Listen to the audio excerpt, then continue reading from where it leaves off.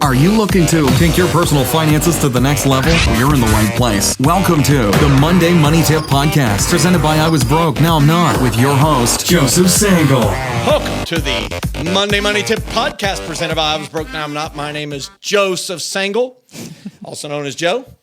And I'm fired up to help you with your money journey, to help you live a fully funded life, which is being able to do exactly what you've been put on earth to do, regardless of the cost or the income potential it may have. And today, I am joined, as always, by my co-host, Megan Hibbard. How are you doing today? Good. You fired up for the last episode of the first half of the year. Wild. Isn't that exciting? Episode 156. Episode number 156. June 28th, 2021. What an unbelievable start to the year it's been. Hopefully it's been has it been profitable for you for the first half of the year? Yeah, it's been good. Have you made progress in your net worth? Yes. Is your house increased in value? Yeah, Probably. a lot. Yes. Has your retirement accounts increased in value? I have. Yes. Has your bank account increased in value? It has. Yes. These are all excellent things to hear from a podcast host who is helping you win with your money. Yes. So way to go. Today, we're going to talk about having a balanced budget. No, we're not talking about the federal budget. We're talking about your budget. Those of you listening to the podcast. Mm-hmm. So share the question that we're going to be addressing today. Yeah. So our question is, it says, I have a question.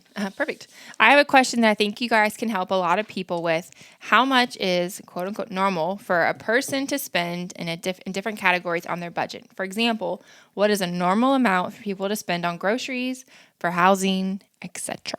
That's awesome. It's a great question. Now, I before we even dive in, it's very important that you don't compare yourself to other households, because what's average for them may not be average for you. But it is helpful to look at, see if anything's out of alignment, or see if you're extraordinarily out of alignment, maybe in a good way, sometimes in a bad way, with your finances. But first, we're going to have that awesome moment of the podcast. You know what time it is. Let's go.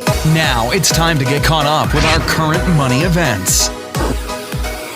The Monday Money Tip Podcast is sponsored by the Fully Funded Life Membership Program. The Fully Funded Life Membership Program provides all you need to begin winning with money and live a fully funded life. Fully Funded Life includes 4 key components: courses, challenges, coaching, and community. Courses provide financial education. Challenges help you make massive progress in a specific money skill. Coaching is provided by the Fully Funded Life Certified Coaches through open office hours held multiple times each month. All of the courses, challenges, and coaching results in an outstanding community that help equip, motivate, and encourage you to take your next financial steps toward your fully funded life. Fully Funded Life, courses, challenges, coaching, community. All that's missing is you. Learn more and receive a special offer for Monday Money Tip listeners today at fullyfunded.life/MMT. That's www.fullyfunded.life/MMT. For today's current money events section, we're talking about interest rates.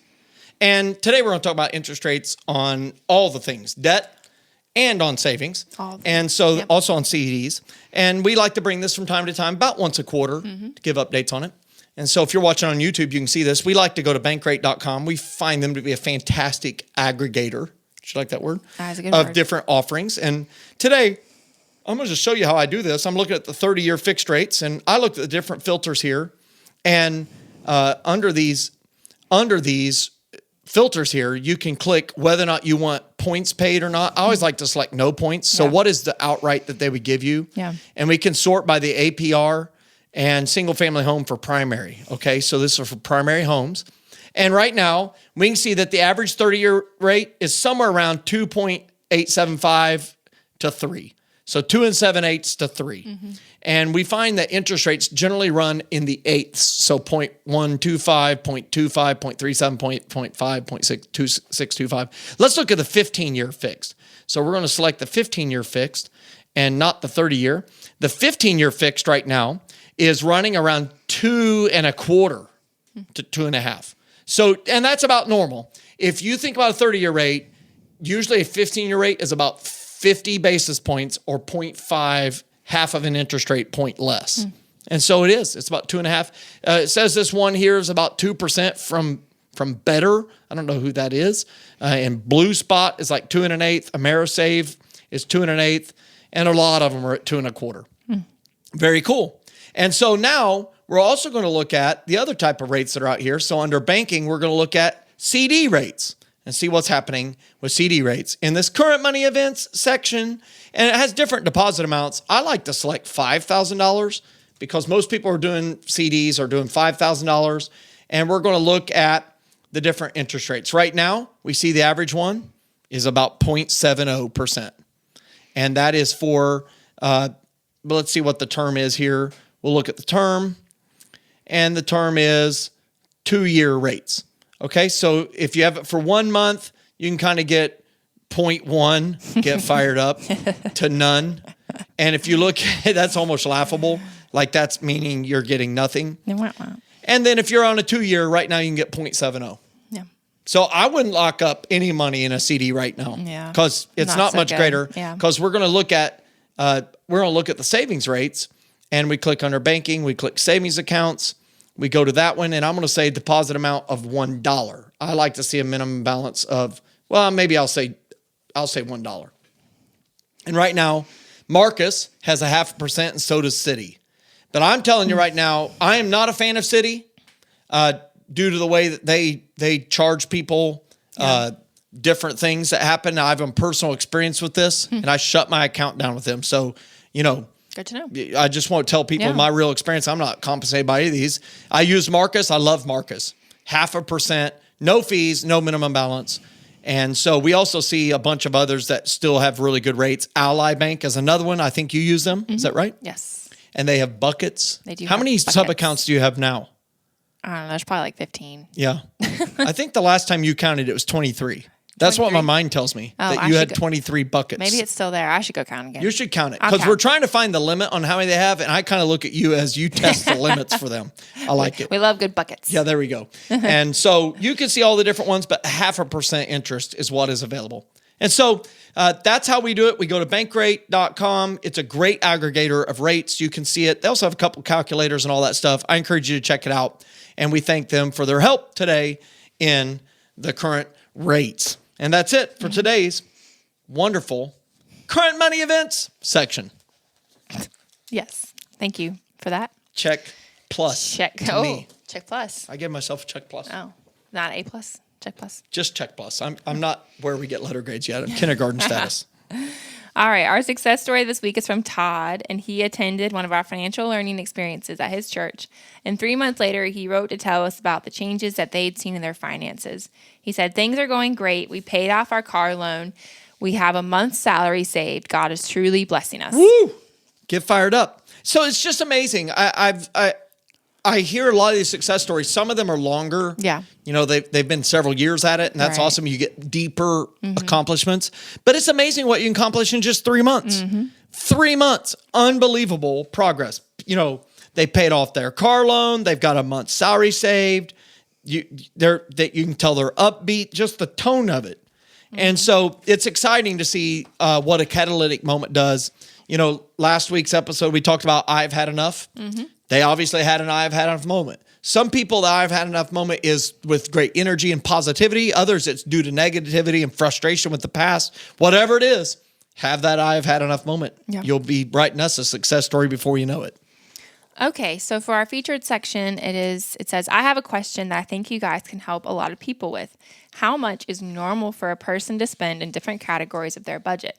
For example, what is a normal amount for a person to spend on groceries, for housing, etc.?" Yes, it's great. Now, as I said at the outset, now these numbers that we're going to share are normal or average amounts, and your family will most assuredly be abnormal, financially speaking, and we'll have items that exceed the average and other areas that are below. Yeah. And by the way, that'll shift over time, right? You might have a kid in travel ball, and do you think Logan's going to play travel ball? I think so. Yeah, baseball? Yeah. Yeah. That's probably going to happen. Baseball or soccer. You did travel cheer. I did. And all that stuff. So I did a lot of traveling with cross country. And, that's something that's really important to pay attention to because when the kids are home, man, that can cost a lot. The kids get gone. Hopefully they get off the payroll. That's awesome. I don't know when that is, but it's close for one of mine. And I'm very excited about it. But so these are normal. They're averages. And that's okay if something is above or below, as long as you're okay with it. Yeah. And as long as you're moving towards your fully funded life. That's what it's about, anyhow. and that you're moving at a pace that suits you. Like if you're too slow towards it, and you're gonna be older than Methuselah by the time you achieve the dream, well, that might not work. Might not be okay that it's above or below the average. So we're going to pull this up and we're going to look at it multiple times. You're watching on YouTube, you can see it. And this might be helpful for those of you that normally listen to this. But for those of you who listen, just for your sake, I'm going to read these percentages, or you are. I am. Or maybe we'll trade so that they can hear different voices. All right. So you share with the first 4. Yes. So giving 10 to 15%. So now listen to this. This is as a percent of your take-home pay. Yeah. So if you contribute to your retirement account, you got taxes withheld, this is after you've had all that happen. It's as a percent of your take-home money. Okay? Okay. So giving is what? Giving 10 to 15%. Saving 10 to 15%. Housing, including utilities, 15 to 35%. And house payment, less than 25%, including escrow, tax, insurance, and PMI. Right. Okay. So giving is 10 to 15% of take-home pay. Saving, which also includes investing, but hopefully you've already contributed to investments before your take-home pay. That's what we're counting on. That's rung 3 of the ladder. Should be there very fast. And then that housing, that 15 to 35% includes your utilities. Yeah. Okay. So the water, the gas, the power, the sewer, if you have different bills for that. Lawn service can be in that. So the house payment should be the house payment standalone, but including the taxes and insurance and PMI should be less than 25%. Now I'm going to list the next ones. Transportation, 10 to 20%. That is including gasoline, taxes, insurance, and repairs. And then food should be 10 to 20%. Clothing is 5 to 10%.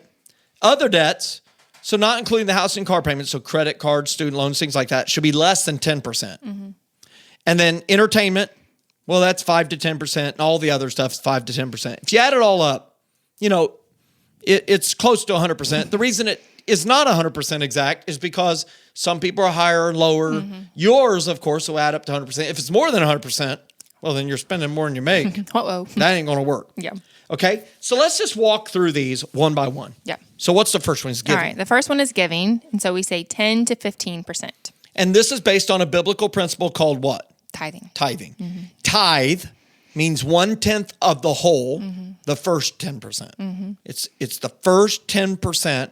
And we have this argument, goes on and on and on. It's one of the number one listened to episodes ever. Yep. Should you tithe on the gross or the net? And I say they will argue about that till Jesus comes back. I choose to tithe on the gross. So that's why it would be 15% if somebody's tithing on their gross income. So as a percent of their net income, after tax income, well, then it would seem like more than 10%. Does that make sense? Yeah. But some people tithe on their net. And we'll just figure it out. We'll ask Jesus when we get back, when he takes us home, because it's not a salvation issue. Yeah. It's a heart issue. And if you can't give cheerfully, don't give it all. Yeah. So God loves a cheerful giver. Yeah. Get fired up. My pastor always says, what do you want to be blessed on? So, he wants to be blessed on all of it. You want to be blessed on the gross or blessed on the net? Get fired up.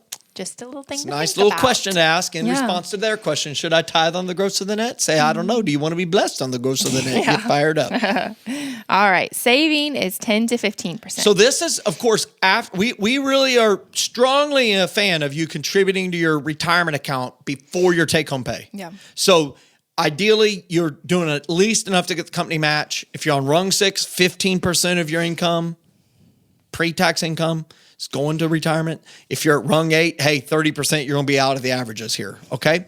But saving, this is that rung 2 emergency fund, those unplanned, unexpected emergencies, 1 month's worth of money saved up, or rung 5, which is where you build it to 3 months worth of expenses.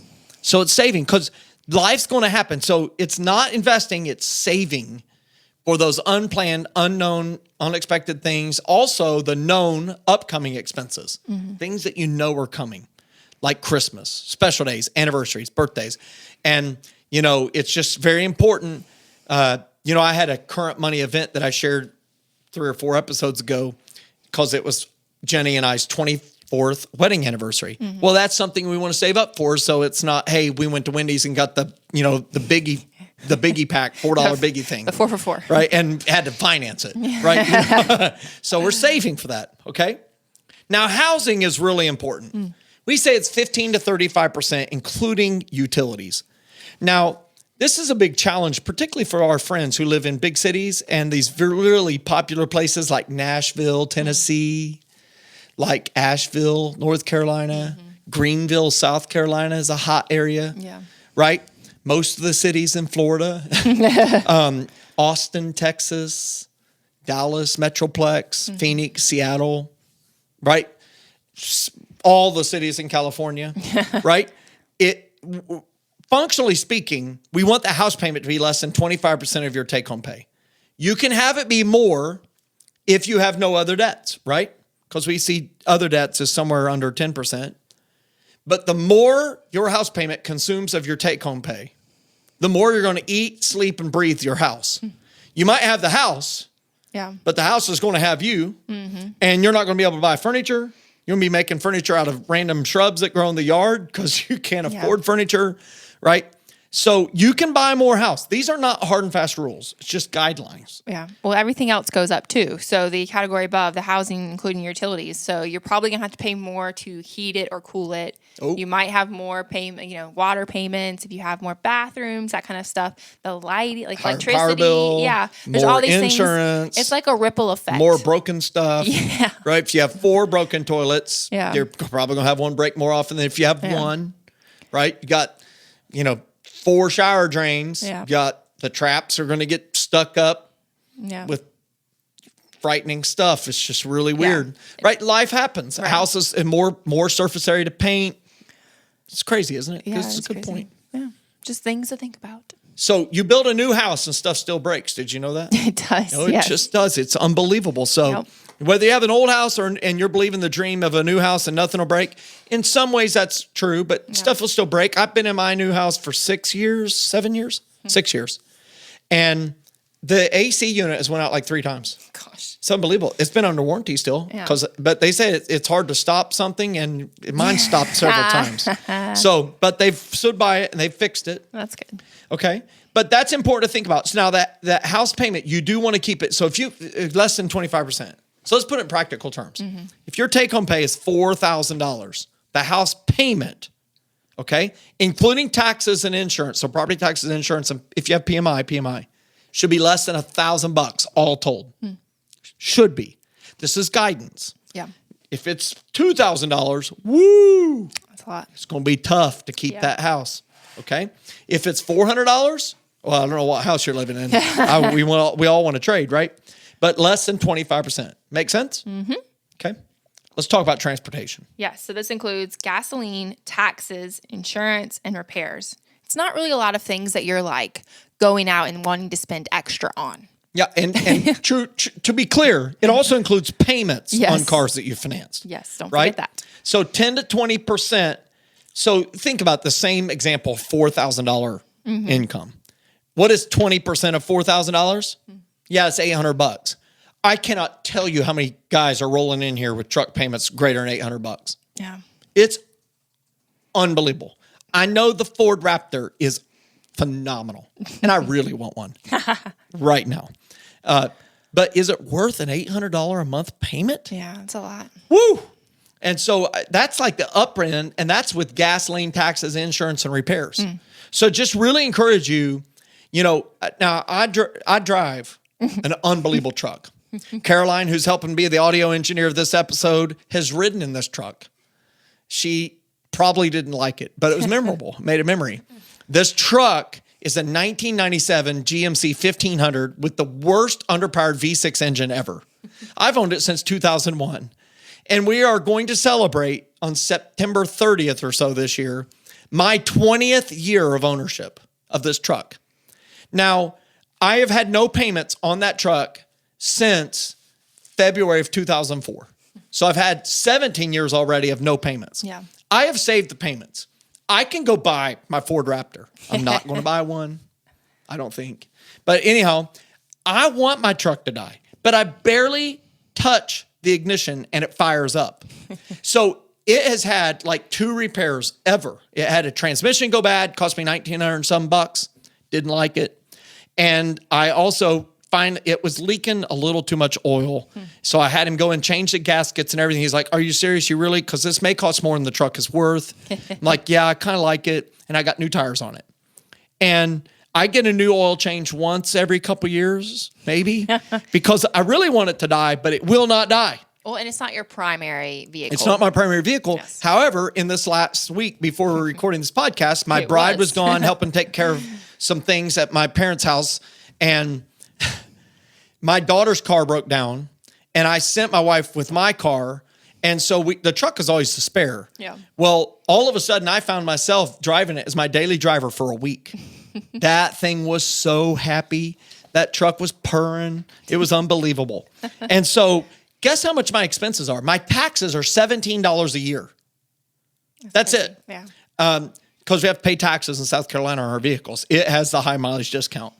And my repair cost, if you divide all those repair costs over 20 years of ownership, it's almost nothing dollars. Yeah. Peanuts. Yeah, and the insurance is nothing as well because it doesn't cost so much to replace my truck, it turns out. So pretty soon it's going to be an antique. I'm pretty sure it's going to go up in value. But 10 to 20%. All right, so we got food.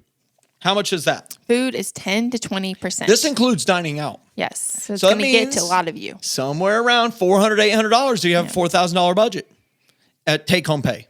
And this is really important to think about. Did you know in the 1950s, what percent of people's budgets were taken up by food cost in the 1950s? Just random guess. What percentage of their budget? Do you think it was more or less than it is today? Less. It was more? It was more. That's crazy. It I would've guessed averaged less. $1 out of $3 went to food. Oh, wow. And through all of the stuff that has been done in agriculture, if you go, when we planted corn as kids, it was 36 inches apart. Now that's like 28 inches apart. And if you think about what that means in the course of hundreds of acres and millions of acres of cornfields, soybean fields, I don't see anybody plant soybeans that aren't drilled now, which means right next to each other rows and supposed to spread out 24 to 30 inches. And as a result, the yields have went ridiculous. And all of our food costs have went down, down, down, down. So we spend on average 16% on food costs is the average American family now. Yeah. It's pretty amazing. And that's why people can be in poverty and still struggle with weight issues because there's so much food. We are so blessed in America because we can produce food. We have unbelievable places and we're a net exporter of food products. Yeah. It's pretty amazing. Okay. So we talk about clothing, 5 to 10%. Mm-hmm. So I just want to talk about that. How do you take care of, you've got a growing like a weed child, toddler. Yes. Is he a toddler still or is he moving from toddler? I think technically he's still a toddler, but it doesn't feel like it. Closing in. He's headed towards 3 now. He's past 2. Yep. Know. She's going to cry, y'all. Oh, man. So does clothing cost some money? So how do you buy clothes? Do you buy a spur of the moment, a little bit at a time, or do you go for the seasonal shop? Okay, so we are ridiculously blessed. So I have a nephew who's a few years older. Ooh. My cousin has a little boy. My sister's like best friends threw their little boy clothes our way. And so we have like gobs of So the hand being down train. Yes. And some of them are like, probably won't put him in that. But a lot of them are like, hey, we're playing around the house. It's great. So every now and then we do go buy him clothes. Sometimes it's at Target. And a lot of the times it's at like Once Upon a Child, like consignment. There we go. Just because he is like all boy. So he is like running and playing in the dirt and rolling on the ground and like I just no use in buying like brand new stuff. But I do buy some like at Target or like grandparents supply a lot of our clothes. Of course they do. Of course they do, yes. Because he'd be so cute in that. He is. Yeah. And then he is. Yes. And then they fosters more purchases. Yes. So this is seasonal. called the grandparent supplement is what we're going to call this. And we're grateful for it as parents. Yes. And then if you get in the hand-me-down train, which we've been beneficiaries of, make sure you continue it to the next family. Yeah. And we, in a single family, we shop seasonally. Yeah. So this last weekend, as we were preparing for the summer season, all that stuff, and fishing trip this week and all this stuff, we went shopping and we did some damage. I love if I could get like the season ahead. Yeah. Then you could get things on sale because I got them on sale, all right. A winter coat in June. You know what I mean? But I just can't never get myself that far ahead. There you go.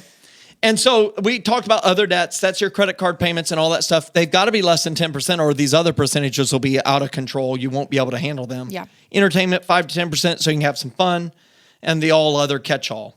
But more than anything, always remember the secret formula that I discovered, which is income minus outgo equals exactly 0. And if you can make it work for your family and you can give, you can save, and you can invest and plan the rest and make it work for you and move at the pace that is happy to you on moving towards your fully funded life, your percentages work for you. But I find it's helpful and educational to hear these percentages. It's again, if you're listening, go look at the show notes. It'll also be on the screen if you're watching on YouTube. Yeah. And every family's different, like you said. So if you're not in those, pick what works for you, but just make sure it lines up to be exactly 0. Okay, so our quote for today is from you again. I came up with this quote. It's a tongue twister. It says, it's a thinker. I am unconvinced that average should be normal, but I am fully on the belief that normal is average. Yeah, so I'm going to say it with my intonations of how I thought it. Is that good? Yes. I am unconvinced that average should be normal, but I am fully of the belief that normal is average.